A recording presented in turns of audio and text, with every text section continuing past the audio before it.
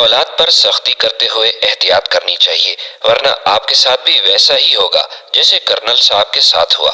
شام کا وقت تھا کہ ایڈیشنل آئی جی کراچی کا فون آیا کہ نیاز، میں نے آپ کے موبائل پر اپنے ایک ڈاکٹر دوست کا نمبر میسج کر دیا اور مزید کہا کہ آپ نے کل دوپہر ڈاکٹر صاحب کے کلینک کے نمبر پر رابطہ کر کے اس سے ضرور ملنا ہے۔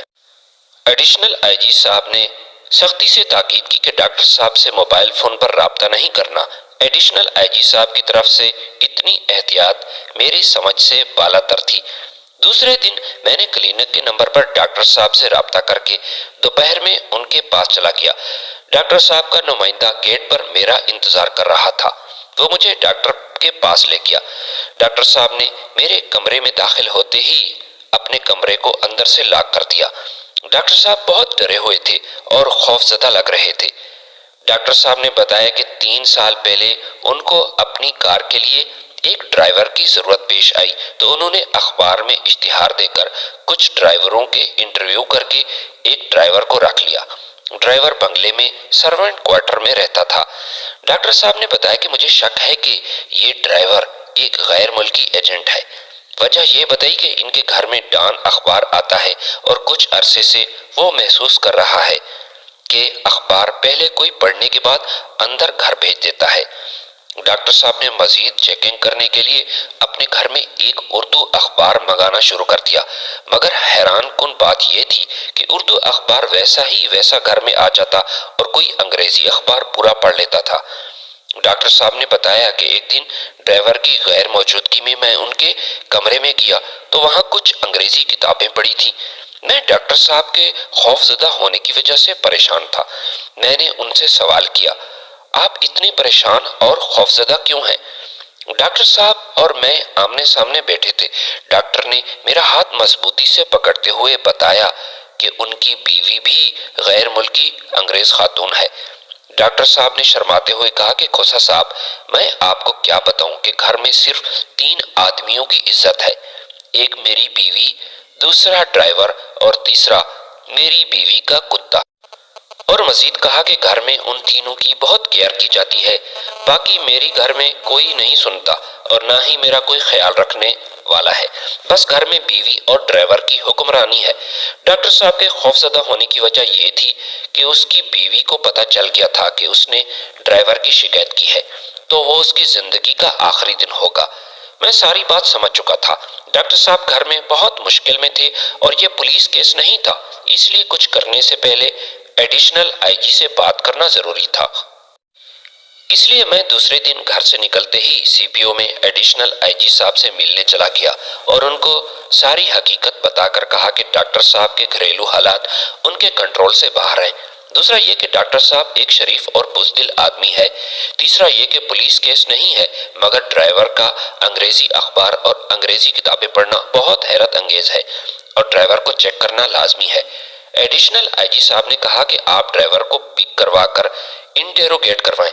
میں نے ان کو بتایا کہ ڈاکٹر صاحب اپنی بیوی کی وجہ سے ڈرائیور کو پک کروانے میں ہماری مدد کرنے سے قاصر ہے، اس لیے ڈرائیور کو غیر روایتی طور پر پک کرنا ہوگا۔ میں نے ایڈیشنل آئی جی صاحب کو کہا کہ وہ ڈاکٹر سے بات کر کے ڈرائیور کی تصاویر اور کار کے کوائف کے ساتھ کار کی تصاویر ارینج کروائیں۔ 2-3 دن بعد ڈاکٹر صاحب ڈرائیور اور کار کی تصاویر دینے میں دفتر آئے۔ میں نے انسپکٹر سجاد علی کو بلا کر تصویریں ان کے حوالے کرتے ہوئے کہا کہ ڈرائیور کو پک کرنا ہے۔ جب یہ اکیلا گھر سے نکلے اور ڈاکٹر صاحب کو کہا کہ آپ میرے افسر کو اپنا گھر دکھا دیں، باقی ڈرائیور کو ہم پک کروا لیں گے۔ انسپکٹر سجاد علی نے 2 ہفتے کی نگرانی کے بعد ڈرائیور کو پک کرا لیا اور ڈاکٹر کی کار طارق روڈ پار کر کے ایس ایچ او فیروز آباد کو اطلاع کر دی۔ میں نے ایس ایچ او فیروز آباد کو دفتر بلوا کر بتایا کہ ڈرائیور ہمارے پاس ہے، کار آپ اپنے تھانے لے جائیں، اور ایس ایچ او کے سامنے ایس ایس پی کو بھی فون کر کے اعتماد میں لے لیا۔ میری پوسٹنگ سی آئی اے میں تھی۔ تھانے کا ایس ایچ او ضلعی ایس ایس پی کے کمانڈ میں ہوتا ہے، اس لیے ضلعی ایس ایس پی سے بات کرنا ضروری تھا۔ یہ احتیاطی تدابیر اس لیے کی جا رہی تھیں کہ ڈاکٹر کی انگریز بیوی نے ڈرائیور کی گمشدگی پر شور کرنا تھا۔ میں نے ایڈیشنل آئی جی صاحب کو بتا دیا کہ ڈرائیور پک کر لیا گیا۔ انسپکٹر سجاد علی نے ڈرائیور سے پوچھ گچھ شروع کی مگر وہ شرافت کی زبان سمجھنے سے بالکل قاصر تھا اور اپنی شناخت چھپا رہا تھا۔ اسی طرح ڈرائیور چترول کھاتا رہا اور روز اپنا نام اور پنجاب کا کوئی غلط ایڈریس بتا رہا تھا، اور انسپکٹر سجاد والے بتائے ہوئے ایڈریس والے تھانے کو پنجاب فون کر کے تصدیق کرتے اور ایڈریس غلط ثابت ہونے پر ڈرائیور کو دوبارہ چترول کا سامنا کرنا پڑتا۔ دوسری طرف ڈاکٹر کی بیوی نے آئی جی سندھ اور ایڈیشنل آئی جی صاحب کو تنگ کیا ہوا تھا کہ ڈرائیور کہاں غائب ہے۔ ایڈیشنل آئی جی صاحب روزانہ 3-4 مرتبہ فون کر کے پوچھتے کہ نیاز کیا ہوا، مگر ڈرائیور 25 سال کا نوجوان لڑکا تھا، وہ کسی طرح بریک نہیں ہو رہا تھا۔ آخرکار ایک ہفتے تک پولیس کی مار کھانے کے بعد ڈرائیور لڑکا راستے پر آ گیا، اور اس دن تقریباً دوپہر 3 بجے میں جب دفتر پہنچا تو انسپکٹر سجاد اسے میرے پاس لے آیا اور بتایا کہ سر، ڈرائیور لڑکا اب سچ بولنے لگا ہے، آپ ذرا سن لیں۔ لڑکے نے بتایا کہ وہ ایک بریگیڈیئر کا بیٹا ہے اور آرمی میں 2nd لیفٹیننٹ تھا اور MPA کاکول میں زیر تربیت تھا۔ کاکول میں دوران تربیت اس کی کارکردگی اچھی نہیں تھی۔ کاکول کے کمانڈر نے میرے والد کو شکایتی خط لکھا کہ آپ کا بیٹا تربیت میں دلچسپی نہیں رکھتا۔ میرے والد اس وقت کرنل تھے۔ وہ بہت غصہ ہوئے اور سختی سے کہا کہ اگر کاکول اکیڈمی میں تم فیل ہوئے تو گھر مت آنا۔ لڑکا اکیڈمی میں امتحان میں فیل ہوا اور سامان کے ساتھ اسے راولپنڈی ریلوے اسٹیشن چھوڑا گیا۔ لڑکے نے سامان ریلوے اسٹیشن پر چھوڑا اور بجائے گھر جانے کے کراچی جانے والی ٹرین میں سوار ہوا۔ ایک انجان اسٹیشن پر اترنے کے بعد سندھ کے کسی گاؤں میں داخل ہوا اور ایک دیہاتی کے ہاں نوکری کرنے لگا۔ وہ دیہاتی کی بکریاں چراتا اور دیہاتی اسے مہینے کے 5,000 کے ساتھ 2 وقت کی روٹی بھی دیتا۔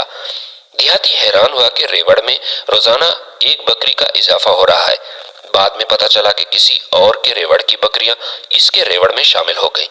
جب مالکان اپنی بکریوں کی شناخت کر کے واپس لے گئے تو دیہاتی پر بکریوں کی چوری کا الزام عائد کر دیا۔ دیہاتی نے کرنل کے بیٹے کو آدھی تنخواہ دے کر فارغ کیا۔ وہ کراچی روانہ ہوا۔ کراچی میں کچھ سالوں تک ادھر ادھر نوکری کرتا رہا۔ پچھلے 3 سالوں سے ڈاکٹر کے پاس تھا۔ میں نے لڑکے سے پوچھا کہ کتنے سالوں سے گھر نہیں گئے۔ لڑکے نے بتایا کہ پچھلے 8 سالوں سے گھر نہیں گیا۔ میرے پوچھنے پر وہ گھر والوں سے اور اپنے کسی جاننے والے سے رابطے میں نہیں۔ میں نے پوچھا کہ آپ کے والد آج کل کہاں ہیں؟ لڑکے نے بتایا کہ وہ کرنل سے بریگیڈیئر پروموٹ ہو گئے اور آج کل ملتان میں ہیں۔ میں نے اپنے آپریٹر کو کہا کہ کراچی ملیر کینٹ سے ملتان کینٹ کا نمبر لے کر میری فلاں صاحب سے بات کروا دیں۔ کچھ ہی دیر میں آپریٹر نے بتایا کہ بریگیڈیئر صاحب دفتر سے چلے گئے اور گھر کے نمبر پر ان کا نوکر لائن پر ہے۔ دوسری طرف فون پر ایک بچہ بول رہا تھا۔ میں نے کہا کہ میری بریگیڈیئر صاحب سے بات کروا دیں۔ بچے نے بتایا کہ آج رات شب بارات ہے اور صاحب ساری رات جاگتے ہیں، اس لیے وہ آرام کر رہے ہیں۔ میں نے بچے سے کہا کہ میری بیگم صاحبہ سے بات کروا دیں۔ بچہ مجھے فون ہولڈ کروا کے چلا گیا۔ تھوڑی دیر بعد خاتون نے فون پر مجھے السلام علیکم کہا۔ میں نے سلام کا جواب دے کر تعارف کروایا، پھر بتایا کہ CIA کراچی سے بول رہا ہوں، اور لڑکے کا نام لے کر پوچھا کہ کیا وہ آپ کا بیٹا ہے؟ لڑکے کا نام سنتے ہی خاتون رونے لگی، اور اتنے میں ایک مرد نے خاتون سے فون لے کر روبدار آواز میں پوچھا کہ آپ کون؟ میں نے اپنا تعارف کروایا اور بتایا کہ ہم نے ایک لڑکا پکڑا ہے، وہ آپ کا نام لے رہا ہے کہ آپ کا بیٹا ہے۔ دوسری طرف فون پر بریگیڈیئر صاحب نے روتے ہوئے بمشکل کہا کہ میرے بچے کو کیا ہوا؟ وہ خیریت سے تو ہے نا؟ میں نے فون پر کچھ توقف کیا اور بریگیڈیئر صاحب کے نارمل ہوتے ہی انہیں بتایا کہ لڑکا ہماری تحویل میں ہے۔ بریگیڈیئر صاحب نے مجھے کہا کہ اگر ممکن ہے تو لڑکے سے میری بات کروائیں۔ لڑکا میرے ساتھ ہی کھڑا تھا۔ میں نے فون اسے دیا۔ اس کے ہیلو کرتے ہی لڑکا بچوں کی طرح رونے لگا اور فون واپس مجھے دے دیا۔ بریگیڈیئر صاحب نے مجھ سے کہا کہ ملتان سے تو ابھی شاید کراچی کی فلائٹ نہ ملے، ہم ابھی اسلام آباد یا لاہور کے لیے نکلتے ہیں، کل صبح پہلی فلائٹ میں ہم کراچی آئیں گے۔ میں نے ان کو اپنے دفتر کا پتہ سمجھایا۔ تھوڑی دیر بعد بریگیڈیئر صاحب کی بیگم کا دوبارہ فون آیا اور روتے ہوئے تسلی اور یقین دہانی کرانا چاہی کہ واقعی ان کا بیٹا ہمارے پاس ہے۔ مجھے التجا آمیز لہجے میں کہا کہ بھائی، آپ میرے بچے کا خیال رکھنا، وہ آپ کی تحویل میں کہیں چلا نہ جائے۔ میں نے انسپکٹر سجاد کو بلایا اور لاک اپ سے پلیٹ، شیشے وغیرہ کے برتن دور کر دیے اور مزید آدمی لڑکے کی نگرانی میں لگا دیے اور حکم دیا کہ لڑکے کے لیے نئے کپڑے اور شیو وغیرہ کروائیں کہ پولیس تحویل میں لڑکے کی حالت خراب ہو رہی تھی۔ خاتون تقریباً ہر گھنٹے بعد اس بات کی تسلی کرتی، رات 9 بجے کے بعد فون آنا بند ہوئے۔ شاید بریگیڈیئر صاحب نے منع کر دیا کہ ان کو برا نہ لگے، اس لیے بار بار مت پوچھو۔ دوسرے دن صبح میٹنگ کے سلسلے میں سی پی او چلا گیا اور 2 بجے دوپہر کو اردلی پرویز کیانی نے جیپ کا دروازہ کھولتے ہی بتایا کہ سر آپ سے کچھ ملنے کے لیے ملتان سے لوگ آئے ہیں۔ میں جیسے ہی دفتر میں آیا تو بریگیڈیئر صاحب اور ان کی بیگم سامنے کھڑے تھے۔ سلام کا جواب دیا، ہاتھ ملایا، باوجود کوشش کے اپنے آنسو نہیں روک رہے تھے۔ میں نے پوچھا کہ آپ لڑکے سے ملاقات کر چکے ہیں؟ بریگیڈیئر نے جواب دیا کہ ہم نے آپ کا انتظار کیا۔ میں نے خاتون کو مخاطب ہو کر کہا کہ بہن، آپ مجھے فون کر کے اطلاع کر دیتی، آپ کو دفتر میں انتظار نہ کرنا پڑتا۔ اس نے مجھے کوئی جواب نہ دیا۔ میں نے اردلی پرویز کیانی کو کہا کہ انسپکٹر سجاد علی کو کہے کہ وہ لڑکے کو لے آئے۔ خاتون نے پوچھا کہ بھائی میرا بیٹا آپ کے پاس ہے نا؟ میں نے جواب دیا کہ آپ 2 منٹ صبر کریں، وہ آپ کے سامنے آ جائے گا۔ کچھ دیر بعد سجاد علی کمرے میں داخل ہوا اور پیچھے اس کا بیٹا داخل ہوا۔ دونوں دھاڑے مار کر لڑکے سے چمٹ گئے۔ اسی اثناء میں دفتر سے باہر آ گیا اور سجاد علی کو بھی اپنے ساتھ لے آیا، اس لیے کہ ماں باپ کو اپنا غبار نکالنے کے لیے ٹائم مل سکے۔ تھوڑی دیر بعد جب کمرے میں خاموشی ہوئی تو میں اندر چلا گیا۔ لڑکے کی والد اور والدہ کے آنسو تھے کہ رکنے کا نام نہیں لے رہے تھے۔ میرے ایک سوال کے جواب میں بریگیڈیئر صاحب نے بتایا کہ گزشتہ 8 سالوں میں ہم نے سکھ کا سانس نہیں لیا، کوئی پیر فقیر نہیں چھوڑا، بس اللہ پاک کو ہمارے حال پر رحم آیا اور کل آپ کا فون آ گیا۔ اسی اثناء میں اسی وقت ایڈیشنل آئی جی صاحب فون کر کے ساری صورتحال سے آگاہ کیا اور بتایا کہ میں نے لڑکے کو بریگیڈیئر صاحب کے حوالے کر دیا۔ ایڈیشنل آئی جی صاحب نے کہا کہ نیاز ذرا رک جاؤ، ڈاکٹر کی بیوی ہمارا خون پی گئی ہے، میں اس کو آپ کے پاس بھیج رہا ہوں۔ لڑکے کو ماں باپ کے حوالگی کا پروسیس مکمل کرتے ہی ڈاکٹر صاحب کی بیوی میرے دفتر آئی۔ جب اس کو صورتحال کا پتہ چلا تو 2 لاکھ کا لڑکے کی طرف قرضہ نکال کر بیٹھ گئی۔ بریگیڈیئر صاحب ادائیگی کے لیے تیار ہو گئے۔ خاتون نے یو ٹرن لیا اور کہنے لگی میں پیسے نہیں لوں گی، لڑکا نوکری کر کے قرض اتارے۔ میں نے بریگیڈیئر صاحب سے کہا کہ آپ فون کر کے واپسی کا ٹکٹ کروا لیں، ڈاکٹر کی بیوی کی کون سنتا ہے، اگر اس نے قرضہ وصول کرنا ہے تو سول کورٹ میں کیس کر دے۔